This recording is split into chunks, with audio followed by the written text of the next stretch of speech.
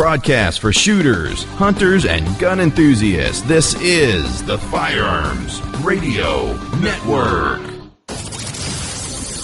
The bandwidth for this edition of Gun Guy Radio is supplied by LA Police Gear, lapolicegear.com.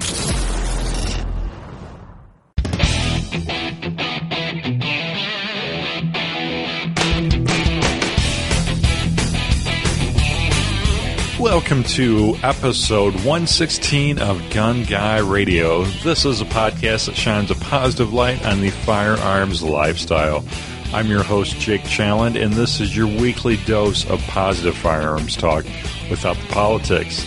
This week we have a great interview lined up here with Michael Bane. I recorded this a little earlier via phone, and just really enjoyed talking to Michael, and he shares a lot of wisdom and insight. And, he's the producer and or host of many shows on the outdoor channels, such as Shooting Gallery, The Best Defense, Gun Stories, and many more. But first, let's get into the announcements. So just a couple here. We're looking for some talent for the Firearms Insider. That's right. We're looking for some gun and gear reviewers. So if you're interested in writing up your own gun and gear reviews, and being a part of the Firearms Insider community over at firearmsinsider.tv.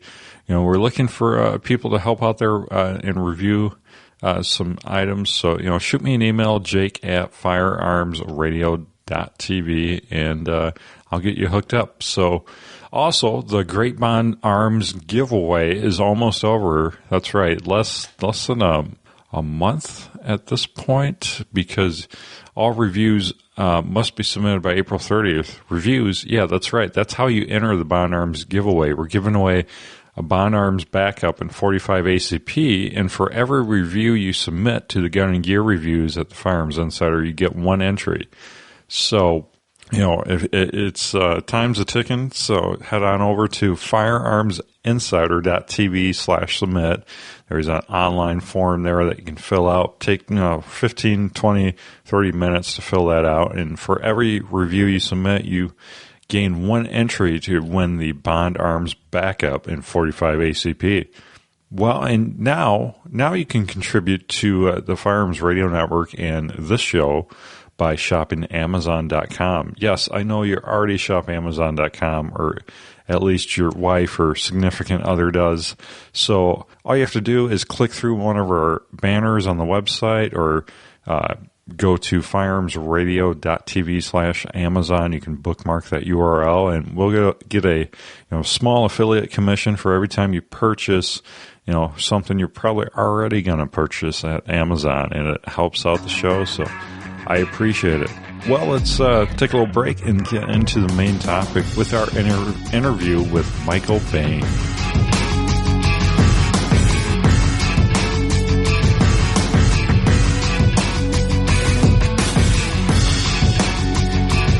Welcome back to the Gun Guy Radio main topic, and we have a very special guest this week. We have the one, the only, Michael Bane. Hi, Jake. Hey, Michael. I tell you what, this will be episode 116 of Gun Guy Radio, and you have been at the top. I'm not even joking. You have been at the top of my list this entire time. So, oh, that's really great to hear. So, why would that be? Well, it's quite an honor. You're yourself.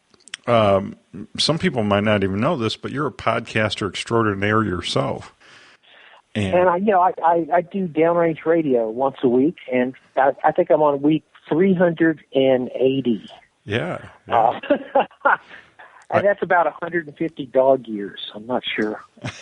I mean, you were a huge inspiration for me getting Gun Guy Radio off the ground, and then that evolved into the Firearms Radio Network. So you really, I'm honored to have you on because you're a big inspiration. Well, thank you, and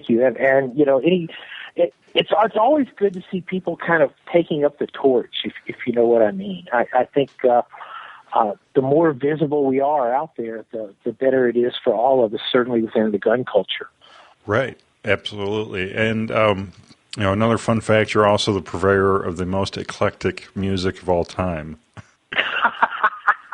You know where that comes? That comes from actually being raised in Memphis, and my grandparents had a drugstore in the slums in Memphis, and my grandmother once actually physically threw Jerry Lee Lewis out of the drugstore because she said he was not a nice man.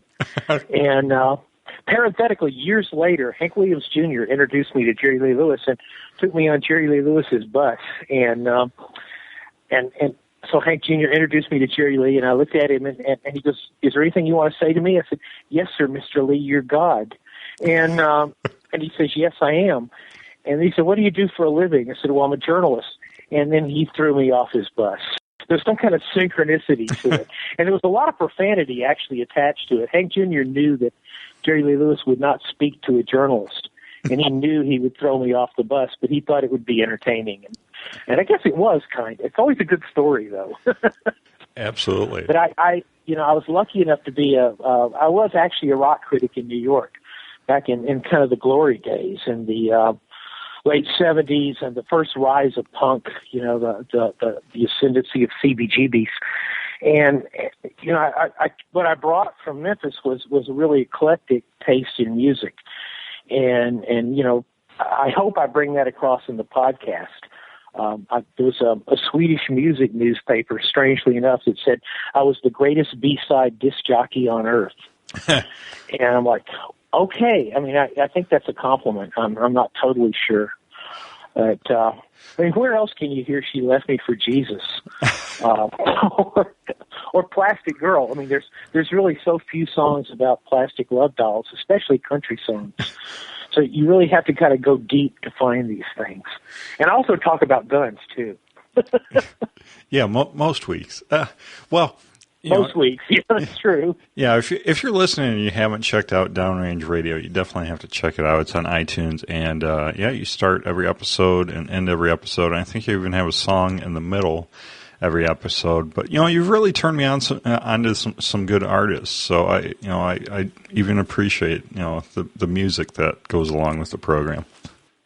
Thank you. I always say it's like the most fun thing I do during the week, and it is kind of because it's the podcast is kind of more free form, whereas because I produce television programs are many things, but free form is not among them.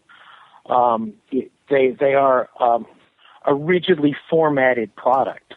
And so you're like today. I'm at Gunsight this week filming the high-speed videography for season 4 of Gun Stories with Joe Mantegna, which is a show I produce with my friend Timmy Crimmin and Joe and Dan Ram, who works with Joe as one of his producing partners.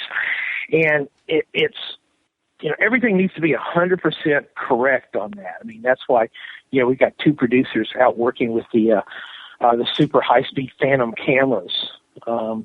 Because we want everything to be absolutely perfect, and you'd be amazed at how much you can agonize over 4 seconds worth of video. But then when you go to the podcast, then it's kind of like, well, there's not necessarily that kind of time constraint, or there's not necessarily that kind of precision necessary. Example, when I write the script for Gun Stories. And I know that, I'm going to sit down with Joe Mantegna, who is a fine writer in his own right, and go through this script. And so I know that at the point that I finish that script and that script goes to Joe, it needs, from my standpoint, to be as perfect as I can make it. And not just factually correct, but also in his voice. So as much as possible to write with a cadence that matches his spoken cadence. Which, if you watch Criminal Minds, you're very familiar with that. So it's a fairly high pressure situation, and whereas the podcast is the ultimate low pressure situation. And notice I'll just blather on and on.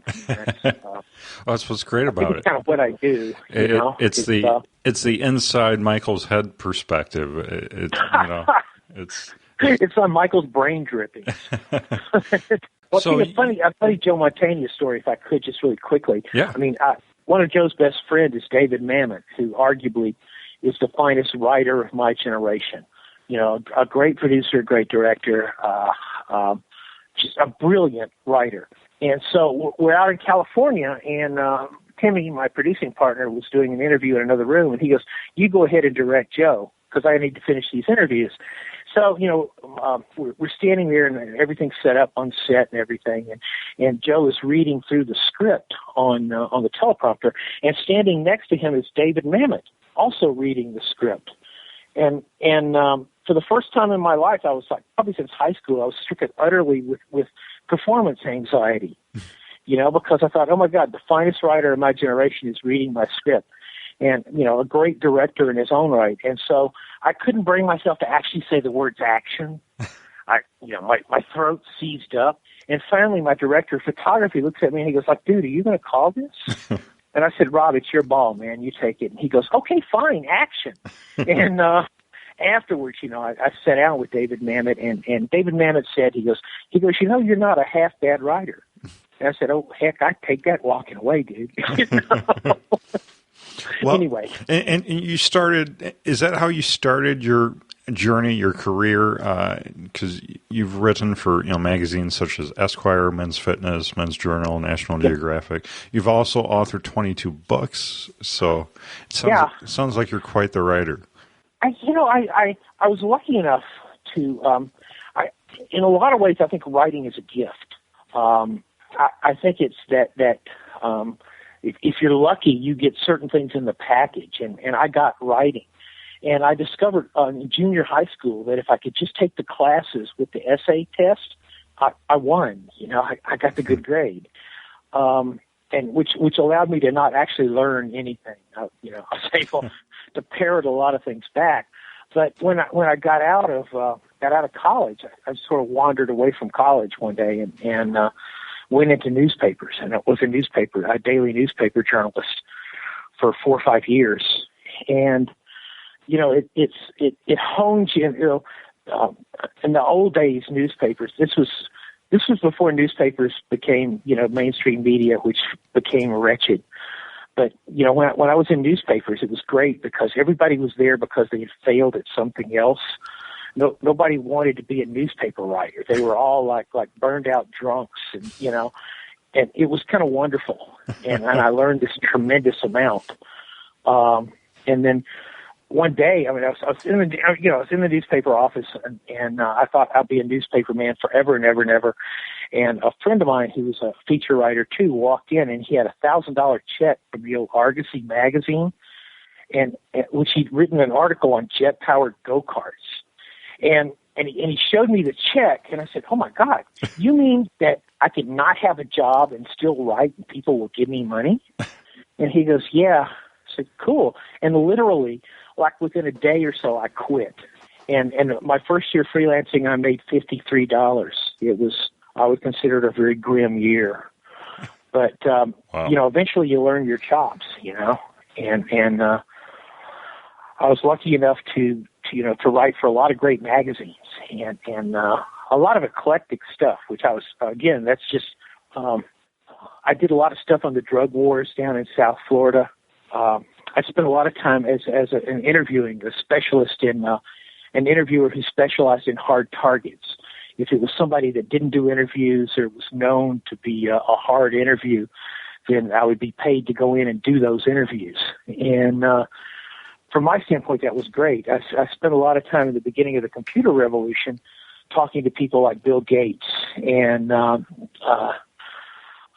guys who started Hewlett Packard, the guys who started a lot of the computer companies. Andrew Golden, who started Intel. And, to me, that was like cutting edge of culture.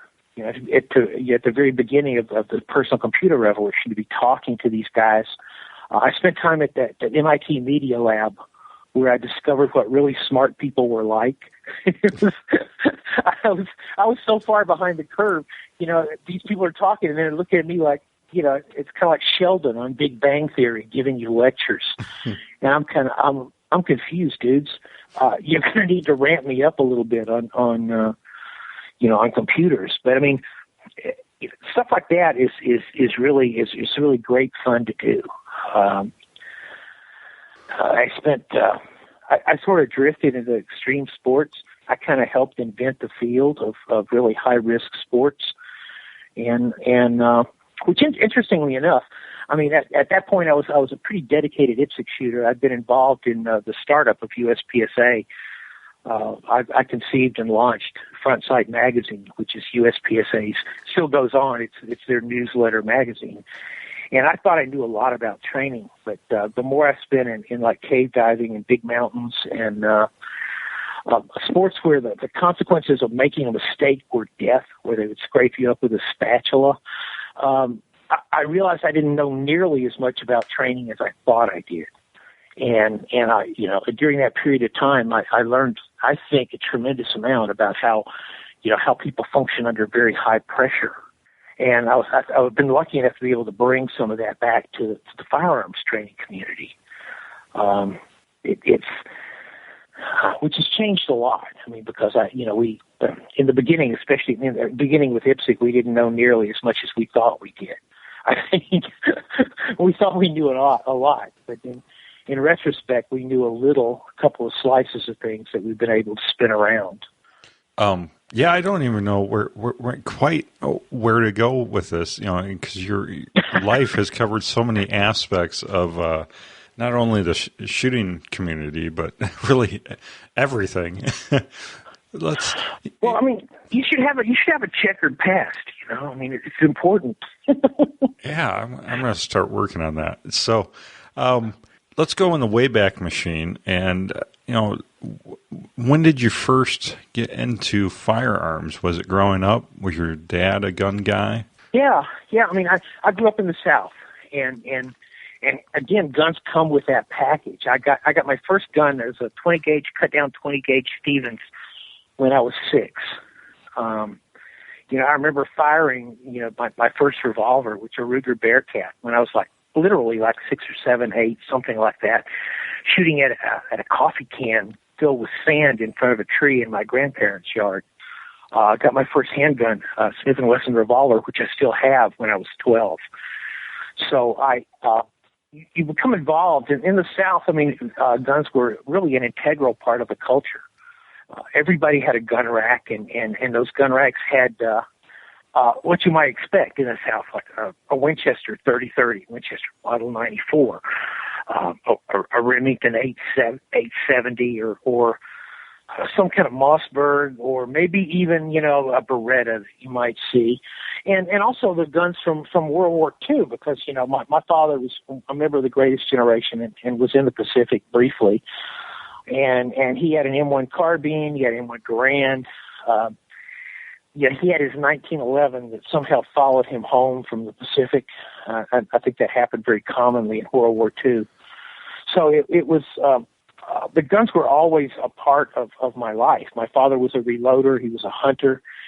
And the big joke is that I'm probably a textbook case of adult attention deficit disorder. And so much of hunting in the South was, whitetail hunting, stand hunting. And so they would take me out in the woods and put me in a tree stand, and I would last about an hour before I thought, well, I could hit that. There's an old empty shotgun shell over there. I bet I can hit that. And after a while, they stopped taking me to tree stands. They're like, Michael's gun crazy. He just wants to shoot the gun, so he's not interested in whacking Bambi. And that kind of was consistent for a long time. That I became involved in the shooting part of it as opposed to the hunting part of it, and I kind of carried that with me. It was one of my big surprises when I went to college and I went to work for the student newspaper at Florida State in Tallahassee. They're going like, well, if you're working for a newspaper, a college newspaper in the 60s, you must be anti-gun. And I'm like, what? Are you crazy? I think I was the only kid with a 38 in my dorm room. Which I realize now, you would not only would I be expelled, I would probably do time. Right. But my friends and I in college, we routinely shot. When we could scrape up money for ammunition, we'd go out in the woods and shoot. We shot a lot of tin cans. So it's always been very much a part of my life.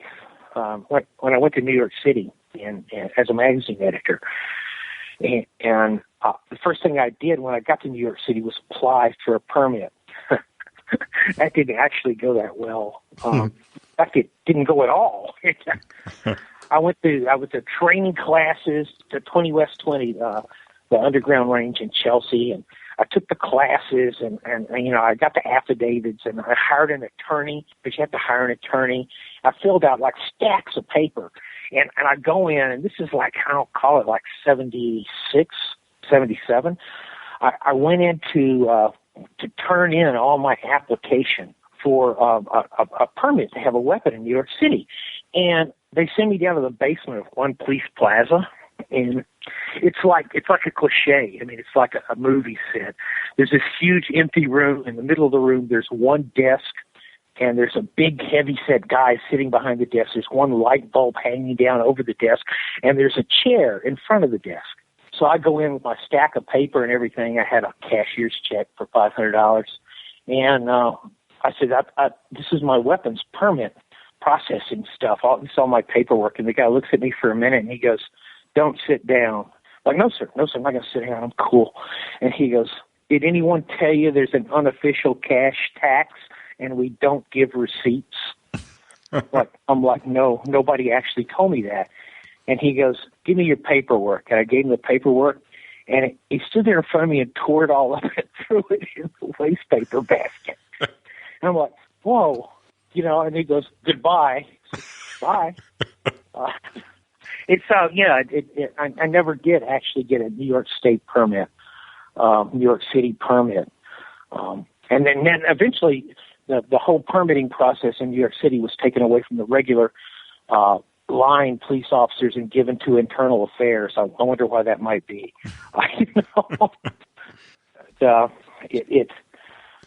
But I did start bullseye shooting when I was in New York City. I moved out onto Long Island to write actually Hank Williams Jr.'s autobiography. I spent a year on the road with Hank Jr. And Hank Jr. is a big shooter, so it was great for us as we spent a lot of time shooting, spent a lot of time hunting in Montana. So, if you're going to write somebody's autobiography, it helps to be somebody that you get along with really well and who has exactly the same interest. So we spent a lot of time shooting and a little time talking. But while I was out on Long Island finishing up the book, I discovered there was a bullseye club there. So I started shooting bullseye. It's like the mid-'70s, 76, 77. And parenthetically, Hank Jr. wrote this great. He called me up one day and he goes, "I don't see how you can live up there." And I said, "Well, it's not the promised land." And he goes, "You ever seen any wildlife?" I said, "I don't know, dude. I've seen a couple of porcupines." And the next day he calls me up and he sings "Dixie on My Mind" to me. And he goes, "I copped your line about the squirrels and porcupines. It's yours, by all means." But eventually you say, I can't, when I left the city, all my friends said, "My God, you can't leave the city. You're so well adjusted." So that's the reason I'm leaving. It's kind of creeping me out. But, I moved to Florida back, and I caught it right about at the very beginning of what you might call the combat pistol revolution. I'd been reading Jeff Cooper, Colonel Cooper, and I just sort of I got to Florida and I said, I'm going to take up combat shooting. And Florida was a real hotbed of practical pistol, still is. But I was able to find guys who were doing it. So, I started shooting really quickly and got invited to one of the very first big combat pistol matches, the Florida Invitational. As I was lucky enough to get an invitation to that because I'd written my first stories for American Handgunner, and which had just started. And by the luck of the draw, I ended up on a squad with Walt Roush, Dave Arnold, Dave Chirillo, who would go on to found the National Range Officer Institute. All these guys, Tom Campbell, who was working for Smith & Wesson. And we got done shooting. Jake Jatras, who wrote something called Combat Shooters Report, which was the only, quote, combat shooting magazine. And I ended up on their squad. So we shot for 2 days in a cow pasture, no berms. And we're getting ready to leave, and I think it was Walt Roush looked at me and he goes, "You want to go start a new shooting organization?" I said, yeah, sure. I mean, I don't have anything else to do. So I thought we would go, to a hotel room and plunder, but we actually went to a strip joint called the Dollhouse in Orlando. And we were so poor, and this is really pathetic, among all of us at the table, we were so poor the strippers bought us beer. And we had a yellow pad, and basically we outlined USPSA. And, I threw in contributions even though I really knew nothing. And we basically put together kind of the bylaws and how the country would be divided into areas, and it was really interesting. And I was even more amazed when the organization took off.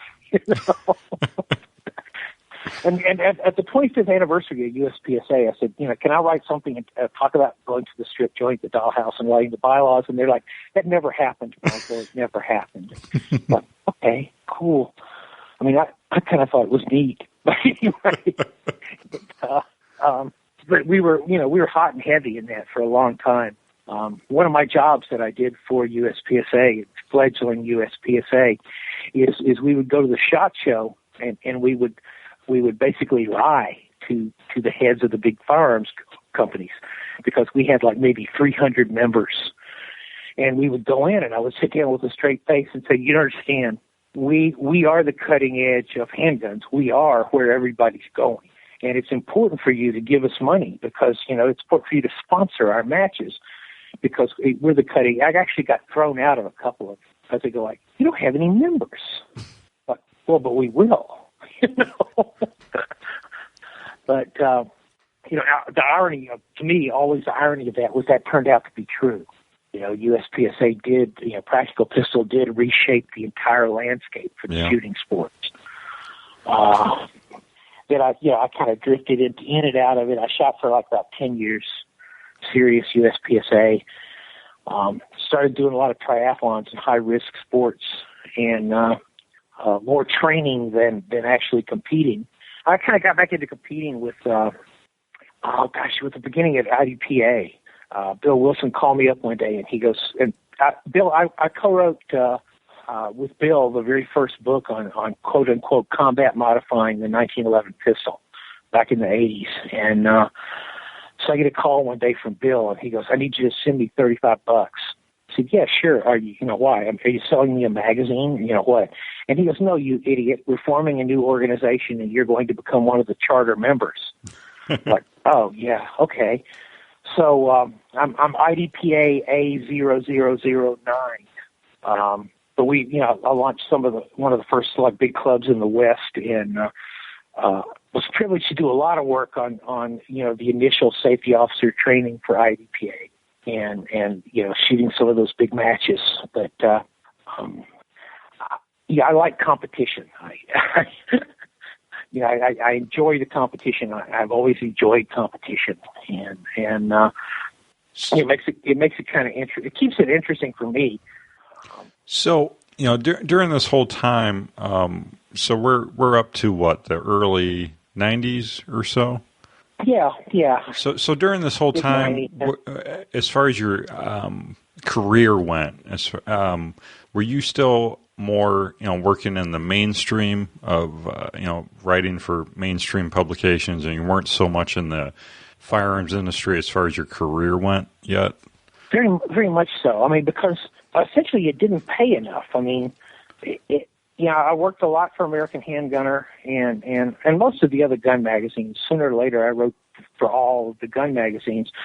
But literally, I mean, you'd write a story for Esquire, or you'd write a story for Men's Journal, and literally you were paid like 10x what you were paid for the gun magazines. Wow. So you'd be, I had a $2,000 minimum for articles, and I'd get $250 from American Handgunner. So it was kind of that weird discrepancy that the gun magazines were almost kind of a hobby, writing for them and shooting and competing. But basically, my primary work was as a journalist, and it didn't change. I mean, I kind of went. One of the reasons I had as long a career as I did as a journalist was I was not unafraid to change. was not afraid to change. So, when New York, I came out of New York. I would have considered myself a rock and roll writer, a music journalist. But when I moved to Florida, I got a call from an editor of mine, and he goes, I need you to write some business articles, because he'd taken a job as an editor of a business magazine. And I said, I'm a rock and roll journalist. And he goes, dude, it's all rock and roll. And one of the first articles he sent me on, strangely enough, he calls me up and he goes, I need you to go to Texas and interview some old broad. And I said, can I just pick an old broad, or do you have one in mind? And he goes, some old broad named Ayn Rand. She's some philosopher dude. Wow. I said, good Lord, you want me to talk to Ayn Rand? And he goes, you heard of her? Said, yeah, well, I'd read Atlas Shrugged and Fountainhead. And I said, yeah, she's one of the foremost, thinkers of our generation. And he goes, yeah, well, she's an old broad, and you go talk to her.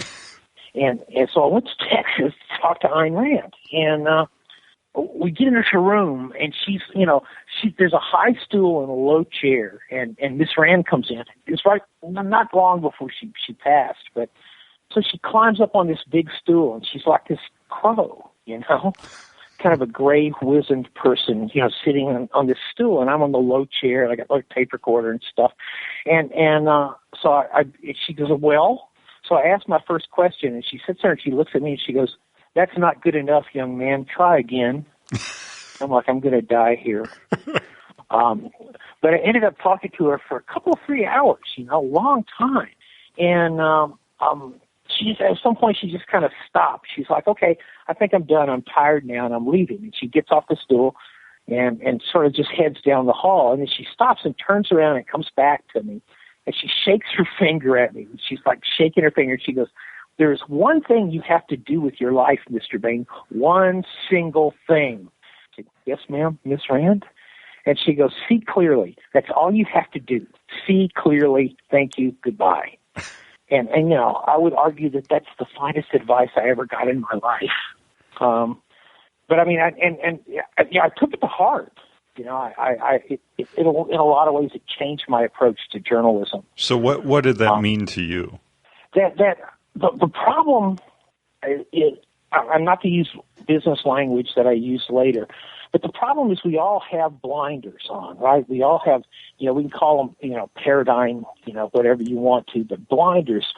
And the challenge, I think, for a journalist is to see beyond their blinders, is to see beyond their blind spots, or at least that used to be the challenge for journalists. I don't believe that is anymore. But, you have very specific ideas about people and things. And, if you're going to be a good journalist, you have to be willing to set those ideas aside and let the story talk for itself, let the people talk for themselves, and let it go where it's going to go. As a person who interviewed, I found that you always go into an interview with a preconceived notion. I like this person, I don't like this person. Right. I respect this person, I don't respect this person. And then sometimes it just, I spent some time with Jimmy Carter, and, I basically thought, going into it, Jimmy Carter it's right before he was elected president. He's probably a pretty good guy. I spent a couple hours with Jimmy Carter, and I thought, I could strangle this man. This is a pompous, Bible-thumping jerk. Wow. And, other times you spend time with people, and Joe Robbie, who owned the Miami Dolphins, I was once hired to interview him. And what they didn't tell me was he didn't do interviews, ever, no matter what. It took 6 weeks for me to badger the poor man into doing an interview with me. And we ended up hitting it off. And I would, for a while, I traveled around the country on the Dolphins team plane. And the joke was I don't like football. and Joe Robbie kept saying to me, if you just understood football, Michael, you would like it. And so he'd be sitting up in the owner's box, and he would call down to Don Shula, who was the coach of the Miami Dolphins, and he would go, Shula, explain to Michael what you're doing down there on the field. And Shula was like, why are you carrying this jerk around? He doesn't like football. But Shula would say, okay, now, listen, here's where we are, Michael, and here's what we're going to do, and here we're going to do this, and into the game. And then Joe Robbie would go, you don't like it, do you? No, I don't get it. But it was kind of this odd relationship up until the point that he died for a long. I think I had Miami Dolphins season tickets forever for a while, just because I badgered this poor man into talking to me. But I would have said, I would never end up a friend of this guy, because generally you as a rule you don't want to be friends with your interview subjects. It interferes with the work. But I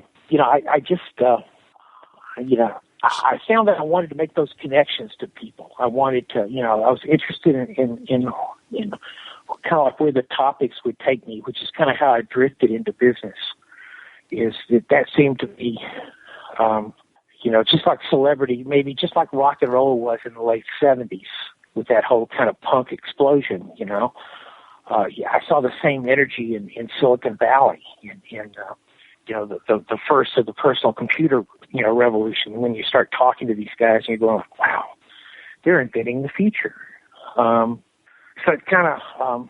So at what point did your career start to shift more towards the firearms industry? Well, totally by accident, right? I moved out to Colorado and was mostly doing high-risk sports stuff, mostly for Men's Journal. I was kind of a regular contributor to Men's Journal and the airline magazines and stuff like that. And it was, it was kind of rock and roll work. I sort of got to travel around the world and do stupid things that other people actually paid money to do, but that I got paid to do. But I was like 10, 12 years ago, 15 years ago, I was kind of distressed at gun culture because I felt like we were not doing a very good job. This was kind of the Clinton gun ban was going on. I felt that we were in trouble. And, I felt that this is a culture I loved and that I needed to do something. And I worked out a deal with the National Shooting Sports Foundation to do what we call the media education program. And basically what I did is I recruited a cadre of instructors and I took anti-gun journalists to the range to shoot. I set up seminars around the country and we took journalists, a lot of anti-gun journalists. And, I never, sort of like this podcast, I never taught politics to them. What I did is I taught them to shoot. Yeah. And through that, we gave them my instructors, and I was so lucky. I mean, so many people stood up and jumped in. I mean, Walt Roush, who I'd worked with forever, Chris Edwards from Glock, one of the finest instructors I've ever met, Jerry Mitchell at K. Clark, Evil Roy, Gene Piercy, Todd Jarrett, people who were just great shooters and great instructors, also military instructors, police instructors, some USA shooting instructors, Olympic instructors. And what we wanted to do was give the media a window into our world. And not discuss, we never discussed politics. We'd answer any question they had, but basically it was all about the guns. It was all about the shooting. And it worked amazingly well. I mean, just beyond literally all of our wildest dreams of how well it worked. And in a lot of ways, I mean, the media, a lot of the industry still is using our contacts, second generation of contacts that we developed in those, we ran those programs for about 4 years. And it when it started working, everybody was really surprised, because I said, well, just let us deal with it. I feel good about, I did media training for our guys and for the instructors. I'd done some media training for a while. After I got tired of being like a guy who went out and interviewed people, I went out to executives and said, I can teach you how to deal with people like me. And so I went on the other side and taught people how to deal with serious interviewers, people who are there to do them damage. And so I took that kind of media training skills, myself and Paul Earhart, who was working at NSSF at the time, and we created the media program. And it just worked. I mean, we would have people from New York Times and the Wall Street Journal and the networks or CNN and NPR. And in every case, every single case, the people came away from the seminars going like, God, man, we think, from Matt Bai, who was still a major national political correspondent. At that point, he was working for Newsweek, and he goes, you're not the people we thought you were. And he goes, that was the point of this, wasn't it? Yeah, absolutely. We're not the people you think we are. And, through that, I sort of got, it kind of pulled me into the industry. I felt very strongly that I wanted to do more in the industry. But then stuff got like weird. I mean, a friend of mine, he was a .com guy. When the .com stuff blew up, he took a consulting job for Outdoor Channel. And he said, what do you think? I said, it's a contract. Take it, dude. It's 90 days of income, and it's more than you have now, right? And so he took it, and one of the things he did as a consultant, they said, well, we want to do some shooting sports programming. This is like 12 years ago. And he goes, well, I don't know anything about shooting sports. My friend Michael knows everything about, he's the world's greatest living authority on the shooting sports, and which probably wasn't true, but I knew a lot about it. But I went out on Outdoor Channel and said, we'll hire you as a consultant to put together a program, and specifically with a magazine. So, I worked to bring people to the table. And then they would do a show with this magazine. And I brought them to the table, and we were in California, and just the deal fell apart at the last minute, which is, fairly consistent in television. And this deal just collapsed. And I'm sitting there like, wow, I had everything lined up, and it all fell apart. And the executives at Outdoor Channel, they said, we're really disgusted with this whole thing. We don't like it. This sucks. And it was a Friday afternoon. I said, give me till Monday morning, and I'll put a show on your desk on Monday morning. And the president of the company looked at me, and he goes, do you have any idea what you're talking about? I said, no, not at all. And he goes, do you have any idea how television programs get made? I said, for all I know, gnomes make them. I have no idea. And he goes, nobody in Los Angeles would ever say what you just said. And I said, I'm not from Los Angeles.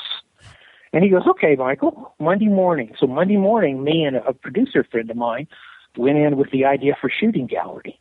And we do the presentation, and they're all kind of laughing. And they go like, so who's going to host this show of yours? I said, me. And they say, have you ever hosted anything in your life? I said, no. And they just laughed, and they goes, you have 4 shows. Go hang yourself. And now that management is long gone, and, the management that replaced them is long gone. And Shooting Gallery is the longest running gun show on television, which, after 14 seasons, I think we just passed the old American Shooter franchise. Of course, Jim Scout's show, Shooting USA, is still on, but it's a different show. This is Shooting Gallery. I think is at the 14th season is now the longest continually running shooting show, which I just find utterly amazing. But it's just the more initially it was like, okay, we'll do a few shows, and then I was able to add Best Defense into there, and that was. It was sort of the same philosophy. I mean, I'm doing Shooting Gallery, and I thought I was really uncomfortable with a lot of personal defense training. I just thought it was, either not realistic enough or not understanding of the way the mind functions under high stress. So, I created Best Defense and went out and recruited Michael Janich, who I think is one of the greatest trainers of our generation. And initially Rob Pincus, and we worked together, and Rob got so busy, he stepped out, and Mike Seeklander stepped in as co-host. And I think, that's a body of work I'm really proud of. I think Best Defense has, I told Janich in the beginning, he said, what do you want to do? I said, I want to redefine training. And he goes, yeah, okay, well, that's a small thing. How hard can it be? I don't know if we've redefined it, but we've certainly, in the course of like 7-8 years, have done a real a body of work that stands. I've been told repeatedly by other trainers, by law enforcement, by federal law enforcement, that they felt very strongly that the Best Defense has saved people's lives. We have saves of people that were involved in crimes and attacks, and they're like, oh my God, we did what you said and it worked. And that's, it's great to hear that, So if those first 4 episodes didn't take off, where do you think you'd be today? I don't know. I think I'd probably still be writing. I'd done a novel, and I was actually at the point that I drifted into television, was like halfway through a sequel to it. And I still get hostile letters from people going like, "Come on, would it kill you to finish it?" I always tell them I used to write on planes, and now planes are so crowded, it's really hard to write. Also, you can't write sex scenes on planes because you'll hear little voices behind you go, "Mommy, what's that?" And it just doesn't work anymore. But I was still right. I mean, and I think opportunity presents itself. One of the things that I learned when I did my high-risk sports book, Over the Edge, which was, I wanted to do a book about really high-risk sports without testosterone. It was a whim, right? I had gone out. I was teaching windsurfing and writing for business magazines and doing pretty well in Florida. And I went out on a big wind day one day, and it was amazing, rock and roll, big wind. You're hanging on for dear life. And I was so excited and so torqued up from the experience. I took all my friends out for pizza and beer that night, and literally in the middle of the night, they're closing the pizza place. And a friend of mine goes, you ought to make a list of expletive deleted that can kill you. So what a good idea. So we got a cocktail napkin from the waitress and a pen, and we did 13 things that can kill you. The S word that can kill you stuff. And we got done, and my friend said, well, what are you going to do with the list? And I said, I don't know. What the heck? I think I'll do all the stuff on the list and write a book about it. And we always said the punchline was 7 years, all the money I had in the world, and one long-term relationship later, I finished. It was I burned up everything, but that was kind of my introduction into high-risk sports. But one of the things that I learned in doing that, in doing all these weird, crazy things, was that when you're open to opportunity finds you. So if those 4 shows but I never thought for a moment those shows would tank. The first 4 shows, I never thought they would, because doing those shows was not as hard as climbing Mount McKinley. It was not as hard as diving 500 or 600 feet, in the dark and scary stuff. It wasn't as hard as cave diving or jumping off cliffs and doing stupid stuff like that. So I thought, well, if it's not that hard, at least it can't kill me. I'm probably not going to die in Hollywood or anything. But right. I also thought, one of the things I found out was, you got to put your heart into it. You got to put your personality into it. And the shows really sucked. I mean, I can't watch them. It's just, I had no idea what I was doing. It was just wretched. The producer didn't know what he was doing. But the thing was that we seemed to be having fun shooting. And that resonated with the audience. They had fun shooting too. They're like, whoa, those guys are having a good time at the range. And that's what pulled the numbers. Well, let's talk, you touched on it a little bit earlier, but let's talk on your concept of gun generation 2.0. What is that to you? Well, I think that one of the things I saw, we were working with the National Shooting Sports Foundation, myself and Earhart, and we saw the gun industry going in a certain direction in terms of reaching out to people. And the thing is Earhart and I were out in the field, and we were not seeing those same people. The generational aspect of passage of firearms, of the gun culture. Dad talks to son, daughter, introduces them to shooting, takes them into the woods, That just wasn't happening. And there were certain, I guess, I forget, was it Toffler or one of them talked about the concept of megatrends. The megatrends were running against the transmission of gun culture. And at the same time, there were these other trends that came out of space, the rise of the concealed carry movement. I was very active in the mid-'80s in Florida on the concealed carry. And in fact, was with a friend of mine, Clyde Bauer, I think we crafted the first accepted course in Florida under the shall issue law. So but when we were working on concealed carry in Florida, we thought it was such a long shot we would never get it. I mean, it was not that we were like, oh my God, this is going to happen. But it did happen. And then you saw concealed carry spread across the country. You know, that was a major data point. Second data point was the rise of practical shooting. You know, practical shooting, it did more than just change the landscape. It like concealed carry, it offered an alternative way for individuals to enter the gun culture. And the third coalescing factor was the internet, the rise of the internet. Because all of a sudden, these people who were coming to the gun culture, not through the traditional generational model, but were coming from the outside, could hook up with other people like themselves. And I think those three factors, you know, that's what Earhart and I looked at was concealed carry, the practical shooting sports and training community that it really is associated with the practical sports, and the internet. And so we saw at matches, we saw on the internet forums, we saw people who were started out like outliers within the gun culture, but then more and more of those people started turning into. And Earhart said to me, he goes, you know what? These people are not necessarily like us. And he goes, and yet they're the future. I said, they are. And I said, you know, it's like gun culture version 2.0.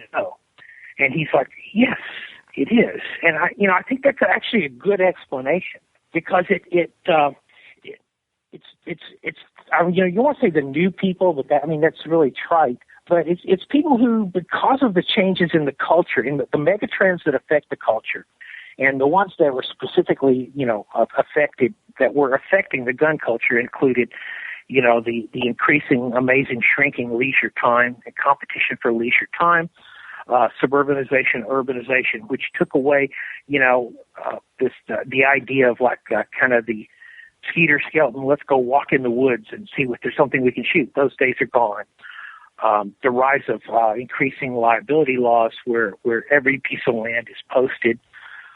Those kind of trends are there's nothing you can do about them. You just ride them. You know, you understand how those trends affect you. And the interesting thing to me was the very trends that we felt initially were running really negative for the gun culture, eventually created gun culture version 2.0. So we have a whole group of younger people who were not generationally transmitted into the gun culture, but instead said, I want to protect myself. You know, the absolute ascendancy of the concealed carry culture in the United States, right? All 50 states now. Yeah. And then the other thing, I put a lot of emphasis on practical shooting as having a major change in the creation of gun culture version 2.0, because practical shooting, it changed the expectations of the people who were shooting. You know, when we first first shot combat pistol, you almost couldn't find a decent holster because, nobody carried guns except cops. But after a couple of years of IPSC, we all had holsters. We all carried guns on a routine basis. And it's almost that expectation changed. At the very beginning of USPSA, no one I knew who was a civilian carried a gun, period. After a couple of years, it's like, well, we are all competent with these handguns. We know how to carry. We know more about carrying handguns than most police officers did. We went through a lot of holsters to learn those things, but the expectations changed. And, as new people came in, they sort of adapted the new expectations, the expectations of we're competent with these guns. Why can't we carry them? Because we want to protect ourselves in the real world. And if it hadn't been for the internet, the rise of the internet, and where all of a sudden people begin to talk to each other and say, I was thinking about, we saw that you guys in Florida were successful in getting concealed carry. How'd you do it? It's interesting to me. And I think now, we're at the point, maybe a year or so ago, where essentially gun culture version 2.0 is the overwhelming driving factor in the industry. And the companies that understand that have become very, very rich. Ruger, their sponsor, I'll step right up and say it, they give my shows money. But Ruger was probably one of the first really big companies to understand the concept of gun culture version 2.0. And, if you look at, say, the Ruger LCP, was a gun designed from the ground up for gun culture version 2.0, period. And on the morning that gun was introduced, I was talking to a very thoughtful print journalist in the gun industry, and he goes, man, Ruger really stepped on their wiener, and they're rolling out a lightweight 380. He goes, what were they thinking? And we were having coffee that morning, and I said, I think you're wrong, dude. I said, I think you're looking at the world getting ready to change. And he goes, oh, Michael, you're so dramatic. And, at the end of the business day, I think on the first day of sales, they'd sold 35,000 units against a projection of 25,000 for the year. Wow. And, I went back to my friend, and he goes, I didn't see it. He goes, good Lord. He goes, I didn't see it. I said, none of us saw it. We all saw the outlines of this building wave of a new group of people coming into the gun culture. But, when the wave suddenly reveals itself, it's like, wow, look at that. It's big, it changes how we do stuff. I mean, it's changed a lot. My girlfriend and I started going together. She's an attorney and very logical person. And so we've been together like 21 years. And when we first got together, she goes, I got a question for you. I said, sure. And she goes, so you buy a gun called a 1911? I said, yes. And she goes, and you pay $1,000 for it? I said, yes. And she goes, and when you get it, it's not going to work? I said, yes. And it's going to cost you $1,000 to get it to work? I said, yes. And she goes, and yet you're okay with that? And she goes, if you bought a television at Best Buy for $1,000 and it didn't work, you would go ballistic. She goes, what's different?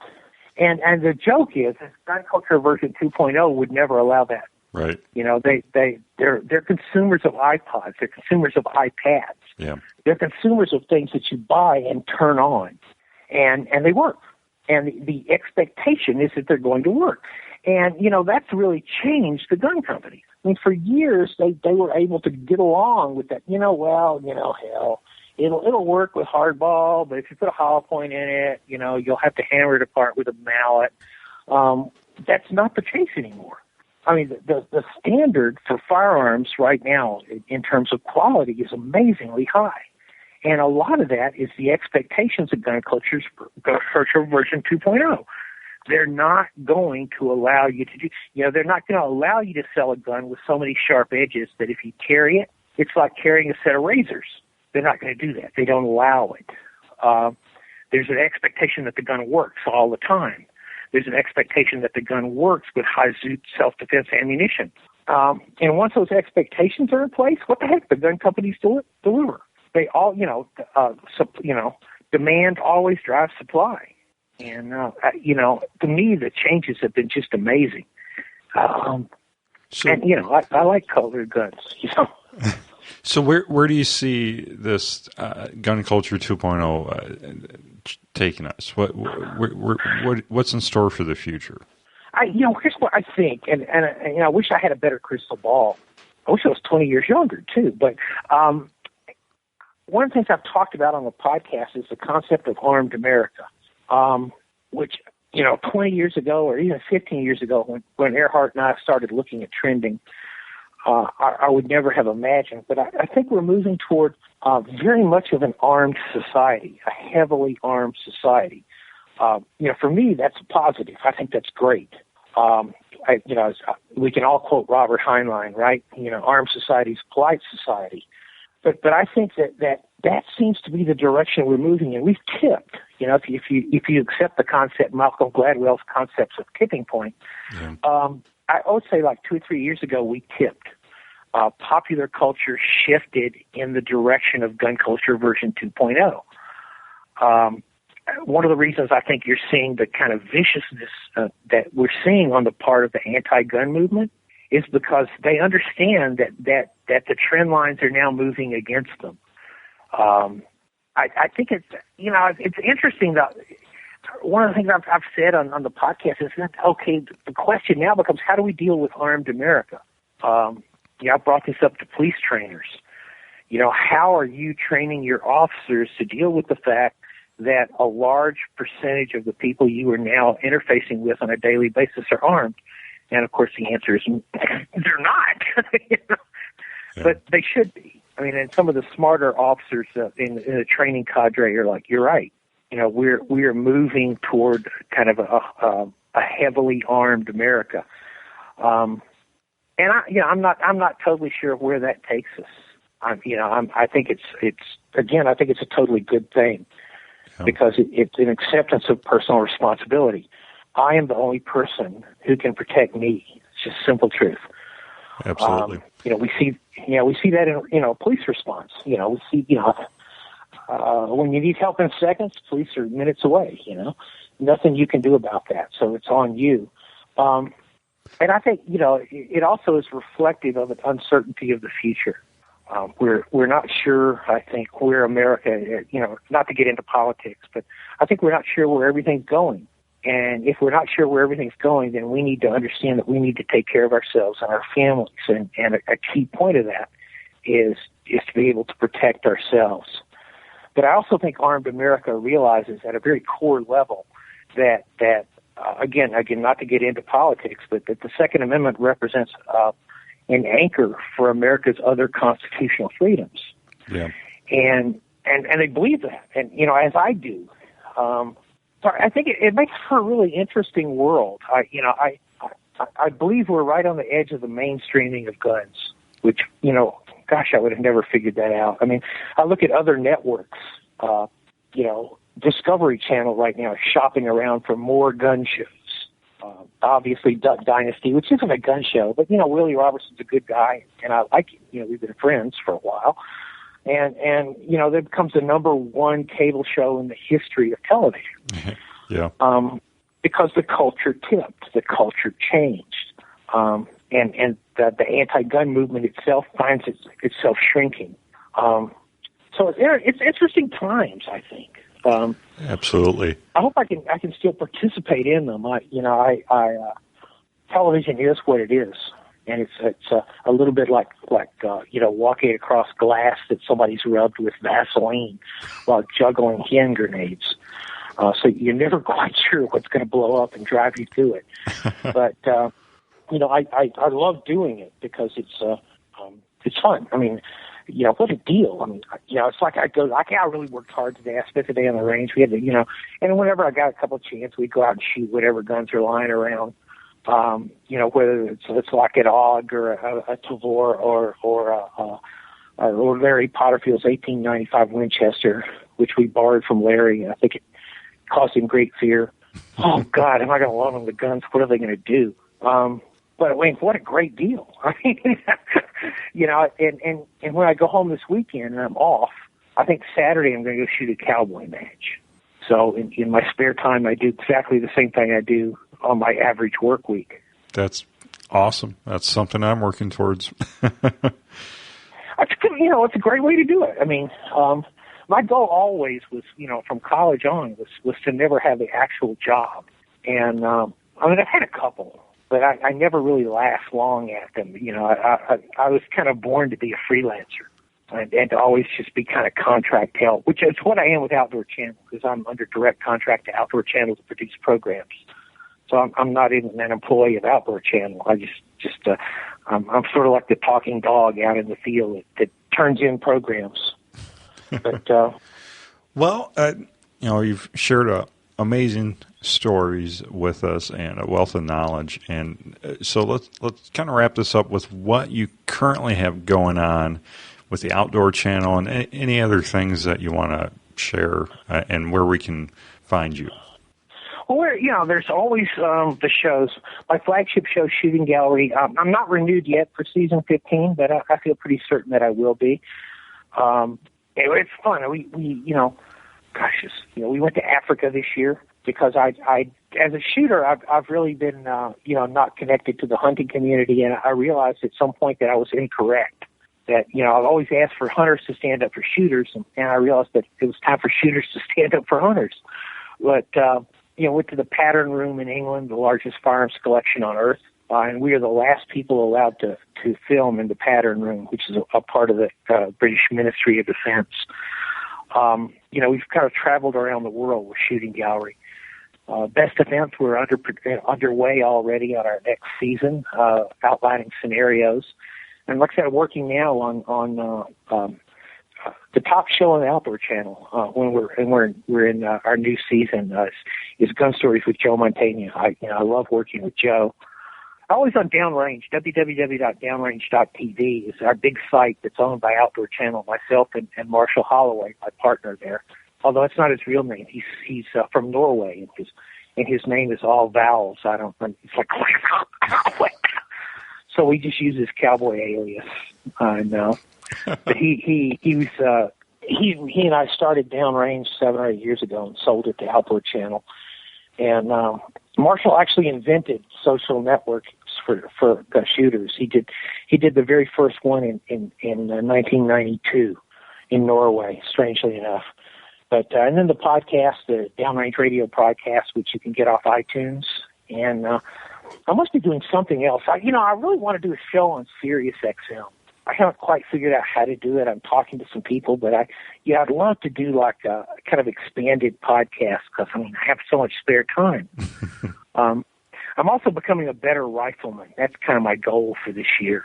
I was at FTW Ranch with Ruger last week. We spent a week with the Ruger SR762s, the AR-10 platform guns from Ruger, and shooting at between 100 and 1,000 yards. And I learned this tremendous amount. So I thought, wouldn't it be great to shoot like an S-class competition? So there's always something. But you can find me kind of anywhere. That would be my goal, is to keep spreading the word. Absolutely. Be everywhere. Well, Michael, thank you so much. We'll have to get together again and talk or share some of your other stories. I think probably do another 300 and some episodes of your own show, just on all the amazing things you've done.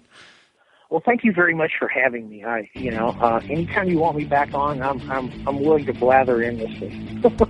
Well, it makes for an easy interview, so I appreciate it. You're more than welcome. Thanks, Jay.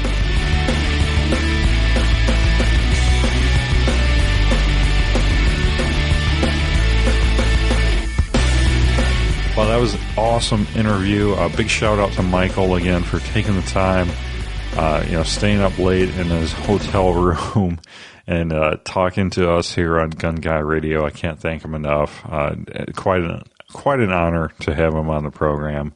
Well, LA Police Gear is a sponsor of Gun Guy Radio, and I love LA Police Gear, if I can say the name, because they carry some affordable, tactical operator gloves. That's right. If you need to operate and you need some gloves, kind of joking, but they do have great tactical gear, whether you're law enforcement or maybe you're a 3-gunner or maybe, you're just a hobbyist or, maybe you're in the military. They have great gear that fits your needs and fits your budget, like their LAPG, the Coyote Tan operator gloves are only $19.99. They come in multiple sizes. It's not any of that dumb, one size fits all. No, they have small, medium, large, extra large, and 2 extra large. I know, guys with bigger hands, you must have a really hard time finding gloves because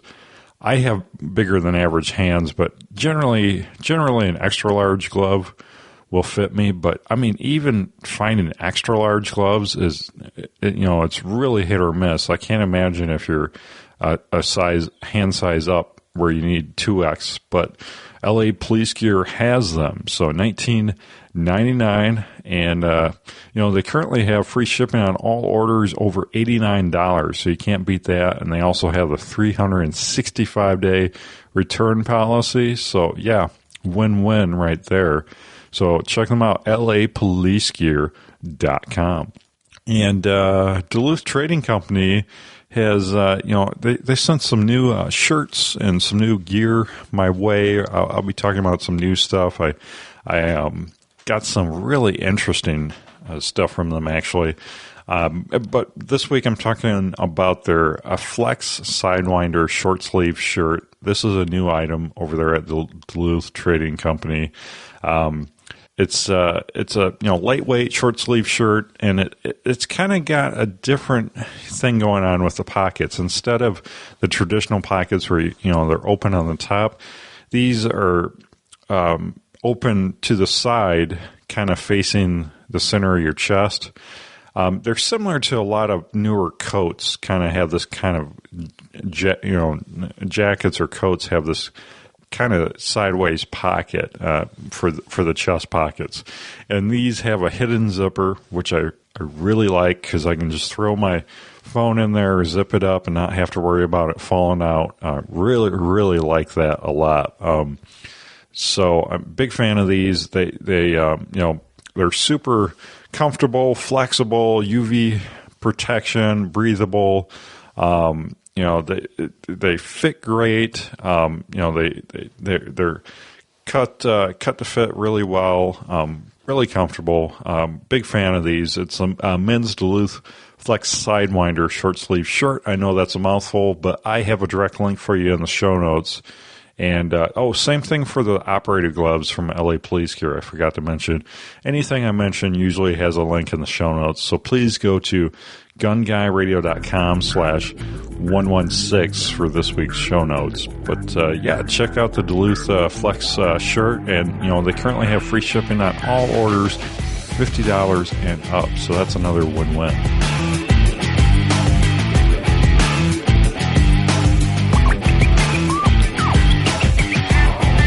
Welcome back to the Gun Guy Radio Product Spotlight, and we have correspondent Paul Levy from Brownells on the line. Hey, Paul.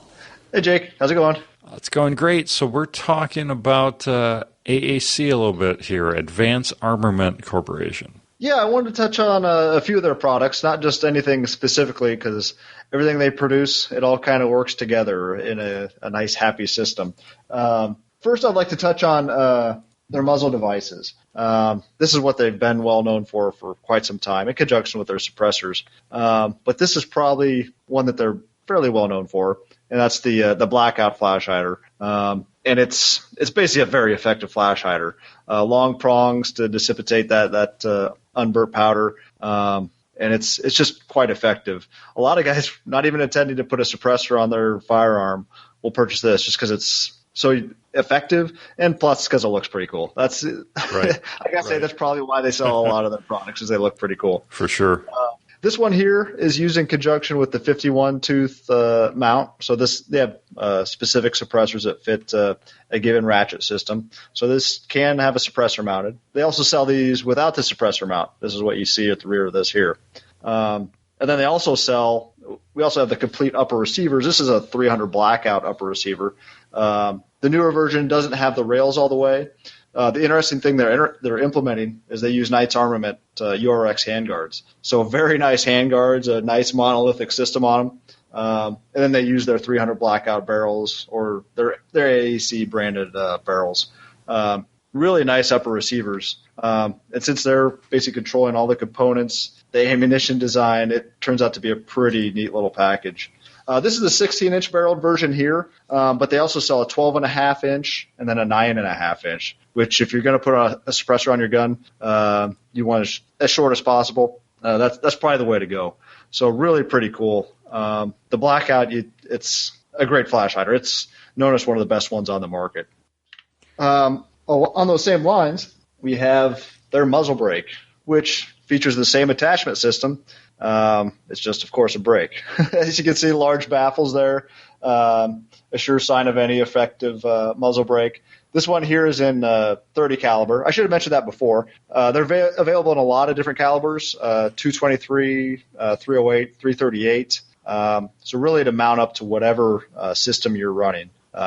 This one here I got mounted on my 308. I actually haven't shot it yet. I'm looking pretty forward to – well, I haven't shot it on this gun yet. I'm looking forward to that anyways. And, again, this one is set up for suppressor use. This is the 51 tooth. They do have some previous generation attachments that take an 18, and they do have some new mounts coming up that take I believe it's a 90 or 91 tooth. just to really make sure you got a solid attachment for your suppressor. And on the suppressors, I have some inert ones here. Unfortunately, they're inert. Brownells will be carrying AAC suppressors here this summer, so you can look forward to that. So if you're looking for one, see it on our site, talk to your local SOT dealer, say, I want to order that from Brownells. We'll get in touch with your dealer, and we'll get you taken care of for whatever suppressor you want to purchase. This one here, this is a 762 SDN, and this will thread on to any 51-tooth AAC flash hider or muzzle brake. This works with the flash hider or muzzle brake, which is pretty cool. So you could choose, well, I got a flash hider on my 300 blackouts, on my 308. I want to brake just due to the stiffer recoil. And the attachment system is really pretty cool and ingenious. Like I mentioned before, the ratchet system, you'll just place the suppressor on, screw it down. There, it's locked on. That's all you got to do. Oh, it's pretty slick. Yeah. Yeah. So there it's secure. You can shoot away. The nice thing with the muzzle brake is that acts as an extra set of baffles just to give some more longevity to your suppressor, which is a really nice system for the higher pressure guns. And then to remove it, you'll see this latch here. You just depress that and then unscrew. So really, if you don't want to be patrolling or you don't want to be walking around with the suppressor attached, because it does make a little bit longer rifle or a firearm, you can just have this on your person. Then when you want to go suppressed, get it out and then screw it on real quick. Really a pretty ingenious system. That's the 762 SDN. We are going to carry a wide range of suppressors for the pistol, the Tyrants, and then for up to 338, we're going to have suppressors for. We already have the muzzle devices for those, so if you're looking to get set up now, you can purchase the muzzle brake or device now and then get the suppressor down the road. Some other suppressors of note, we got the Mini 4 here, which see how large that is. It's pretty tiny.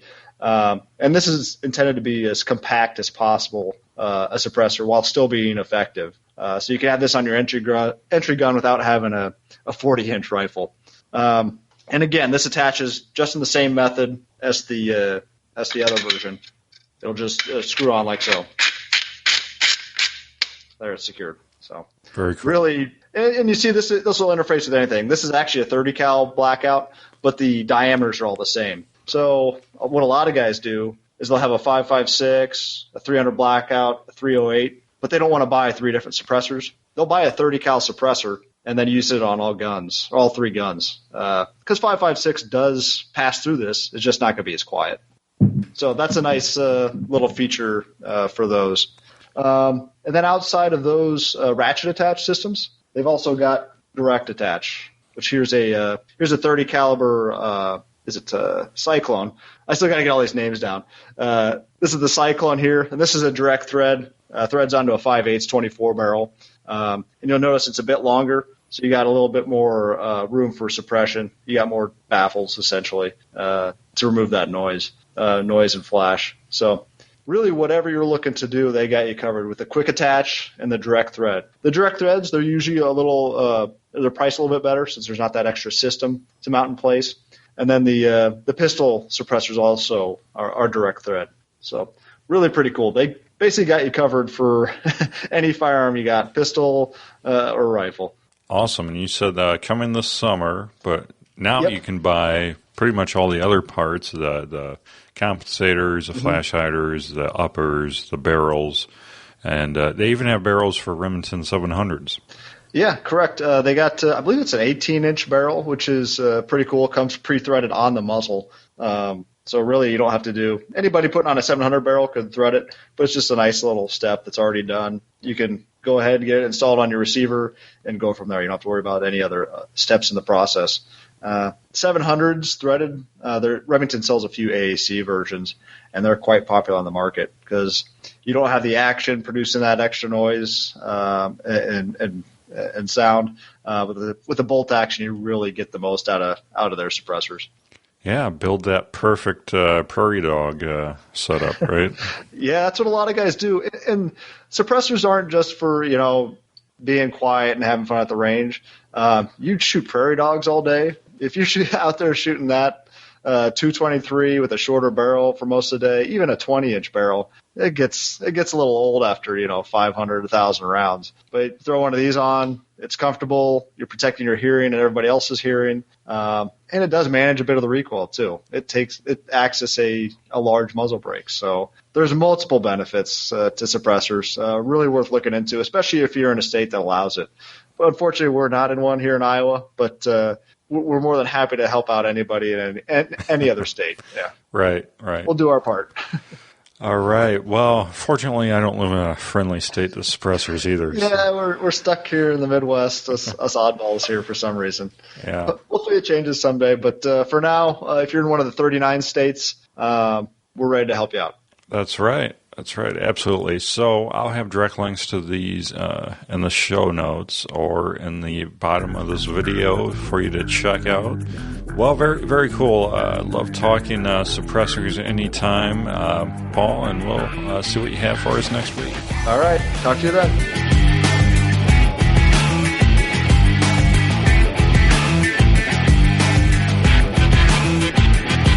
Well, we're to the Brownells giveaway. That's right, we're giving away the Brownells M16 bolt carrier groups this month. Groups? Wait, I said multiple? Yes, we're giving away more than one, which is very cool. I believe we're giving away 4, one for each week. So the Brownells M16 bolt carrier groups, they're ready to go. Drop them in. Got a new bolt carrier. I know you're just itching to build another rifle, so this is your perfect excuse. But yeah, we're giving these away, and I also have a direct link if you want to buy them. But gunguyradio.com/winner. That's how you sign up for our newsletter. And if you're already signed up, just hum along for a few more seconds while I read this, because you're entered for life. You only have to enter, our newsletter list once, and then you're always in the running for all these great giveaways. But if you haven't submitted our email, what are you thinking? Submit your email, gunguyradio.com/winner, or there's a little form in the sidebar of gunguyradio.com, and that will get you entered for these awesome giveaways. We just gave away 5 ammo cans of beef jerky last month. I mean, ammo cans full of beef jerky, how can you beat that? So, gunguyradio.com/winner.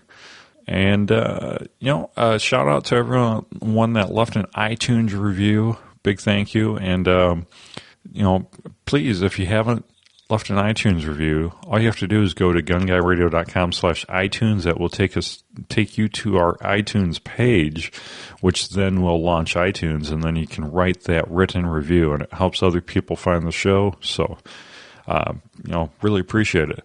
Well, Ryan Cross also sponsors this episode of Gun Guy Radio. Hunter Design, hunterofdesign.com. Let me say that slower. hunterofdesign.com. He designed almost all the awesome artwork on the network. I think practically everything you see on the network, Ryan Cross has designed. So if you need a graphics designer or a web designer, shoot over to his website, hunterofdesign.com. All right, that about wraps up the show this week. If you'd like to leave your feedback, please share your thoughts by commenting on the bottom of the show notes for this episode. Or, during weeks when there is a YouTube video, you can comment on the bottom of that. The last couple of weeks has been these phone interviews, just because these great guys that come on the show, like Jesse James and Michael Bane, they're just so busy, they can't even find a computer to sit down at. So I'm more than happy to call them, but it's an audio-only show these weeks. So you can also subscribe to iTunes, gunguyradio.com/iTunes, and join the NRA Second Amendment Foundation. I'm an NRA Life member. These organizations, really fight for our rights, do a lot of good, do more good than we can by ourselves. So check them out. Don't forget to shop Brownells using our affiliate link, gunguyradio.com/satisfaction, or shop Amazon using our affiliate link, firearmsradio.tv/Amazon. And as always, you can click any of the banners on gunguyradio.com before you go shopping at either of these fine websites. Don't forget to check out all the other awesome shows on the Firearms Radio Network. You can listen to firearmsradio.tv/iTunes. That's going to pull up the master feed. So the master feed has all the shows on the network. It's really handy. They all automatically load to your podcasting app, whatever that might be. And, it's pretty handy. Check out the AR-15 podcast. They just interviewed Marty Danielson from Daniel Defense a while back. The Big and Wild podcast, Competitive Rifle, Fat to Fit, Gun and Gear Review, God and Guns, and so on and so on. Gun Girl Radio with Randy Rogers and Julie Gollum. The Power Factor Show, Practically Tactical, Handgun Radio, Precision Rifle Podcast, Tactical Paradise, This Week in Guns, We Like Shooting, and the Firearms Insider Radio, and I'm probably missing some, but yeah, there's so many awesome shows on the Firearms Radio Network. Check those guys out. Well, that's a wrap for this week. Thanks for listening, and we'll see you next week.